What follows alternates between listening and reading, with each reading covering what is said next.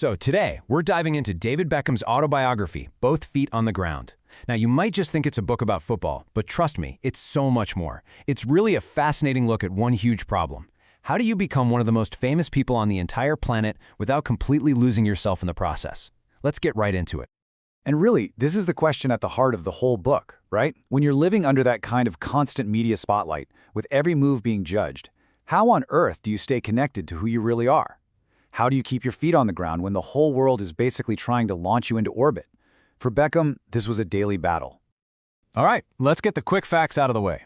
The book is called Beckham, Both Feet on the Ground, co-written with Tom Watt, and it dropped back in 2003.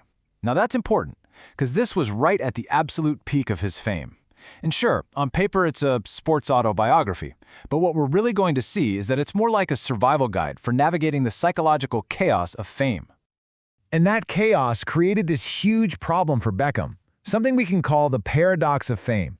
You know, it's this intense pressure cooker of celebrity that can either make you stronger or just completely break you. And wow, this quote just cuts right to the chase, doesn't it? Every amazing opportunity came with a massive risk. Every single thing he did was put under a microscope. So what did he do? He had to build a fortress, not around his career, but around his personal happiness and his family. It was pure self-preservation. So, how did he pull it off?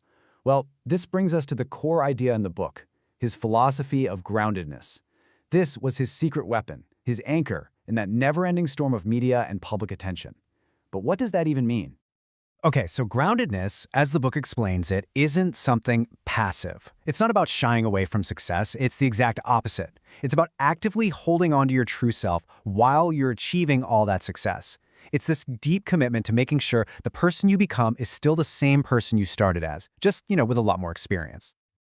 And this quote is just perfect. It shows you exactly where this whole philosophy came from. It wasn't dreamed up in the fancy locker rooms of Manchester United or Real Madrid. Nope. It was forged way back in his childhood in East London. The lesson was crystal clear. Your character is way more important than your natural talent. That value system became his non-negotiable anchor. Okay, now this might be the most powerful example of his whole philosophy in action. After that 1998 World Cup, he was public enemy number 1 in England. He could have crumbled, but instead, he used that devastating moment to prove his own theory, that real strength isn't about never messing up. It's about owning your failures and using them as fuel to come back stronger. Redemption isn't just given to you, you have to earn it. So, the book isn't just theory, right? It actually gives us a practical strategy that any of us can use. He calls it the values anchor strategy. And it breaks down into 3 really clear steps. First up, you have to actually define what your core non-negotiable values are. For him, it was stuff like family, humility, and hard work. Second, you create rituals that keep you connected to those values, like setting aside time every week, no matter what, for family who knew you before you were famous. And third, you make a habit of owning your mistakes. Don't just say sorry, actively show people how you've learned and grown from it. It's a simple framework, but incredibly powerful. And this quote right here, it just ties everything together perfectly. It's all about perspective.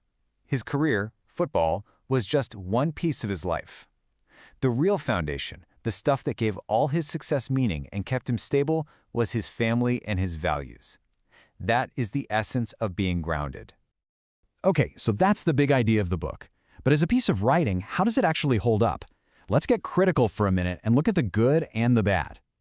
So, on the plus side, the book's authenticity is just off the charts. For a superstar of his level to be that vulnerable is pretty rare, and that values anchor idea is a genuinely useful thing you can take away. But on the flip side, the theme of staying grounded does get repeated quite a bit. And it's really focused on his personal experience. It doesn't really zoom out to analyze the whole celebrity machine. Taking all of that into account, we're giving Beckham, Both Feet on the Ground, a very, very respectable 7.8 out of 10. All right, a 7.8. So where did that number come from? Let's break it down. The book's biggest strength by far is its subject understanding. We gave that an 8.5. Why? Because of that rare psychological depth and raw honesty about fame. That's where it truly shines. The narrative quality is also a strong 8.0. It's a really engaging read. It gets a little lower on context and significance just because it is so personal. It's not some big academic study. But honestly, it's that human insight that puts it leagues above your typical sports memoir. So, after all that, what's the one big lesson you should take away from this? And hey, if this topic interests you, what should you read next? The final lesson is this. Your internal compass, the one built from your upbringing and your core values, is the most reliable guide you will ever have. When you're in those high-pressure moments, you have to filter your decisions through that compass, not through the noise of what everyone else thinks. That's the real key. And if you found this fascinating, you've got to read Andre Agassi's Open. It digs into a lot of the same psychological pressures, but with this incredibly raw, almost literary feel. And for a completely different take, check out I Am Zlatan by Zlatan Ibrahimovic. Well, let's just say it's a much more aggressive and unapologetic way to handle fame. So there you have it, our deep dive into Beckham, both feet on the ground. If you enjoyed this analysis and want more explainers just like it, be sure to follow and subscribe. Thanks for watching.